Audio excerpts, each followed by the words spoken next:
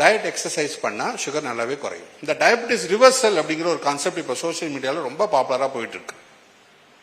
அப்படின்னு என்ன, அது டயபெட்டிஸ் கியூர் கிடையாது. நான் சக்கரை நோய் ஏன் குணப்படுத்த முடியாது? நம்ம பேன்கிரியாஸை 50% குறைஞ்சதுன்னு சொன்னேன், அதை நீங்கள் 100% ஆக்கிட்டீங்கன்னா குணப்படுத்த முடியும்.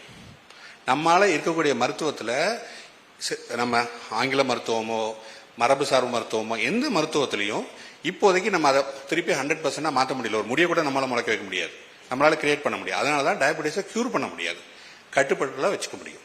ஸோ இப்போ டயபெட்டிஸ் ரிவர்சல், அதனால தான் டயபெட்டிஸ் கியூருங்கிற வார்த்தை கிடையாது, டயபெட்டிஸ் ரிவர்சல் அப்படின்னு. கேன்சர்ல சொல்லுவோம் ரிமிஷன் ஒரு வார்த்தை சொல்லுவோம். ரிமிஷன்னா கேன்சர் வேகமாக பரவிட்டு இருக்கிறத குணப்படுத்தி மட்டுப்படுத்துறது. மட்டுப்படுத்துதுன்னா கேன்சர் உடம்புல இருக்கும் ஆனால் பரவாமல் இருக்கு, அது பேர் தான் ரிமிஷன். திருப்பி எப்பனாலும் திருப்பி கேன்சர் முடிச்சுக்கும். அதே மாதிரி தான் டயபெட்டிஸை நீங்கள் குணப்படுத்தல மட்டுப்படுத்துறீங்க, அது பேர் தான் ரிவர்சல்.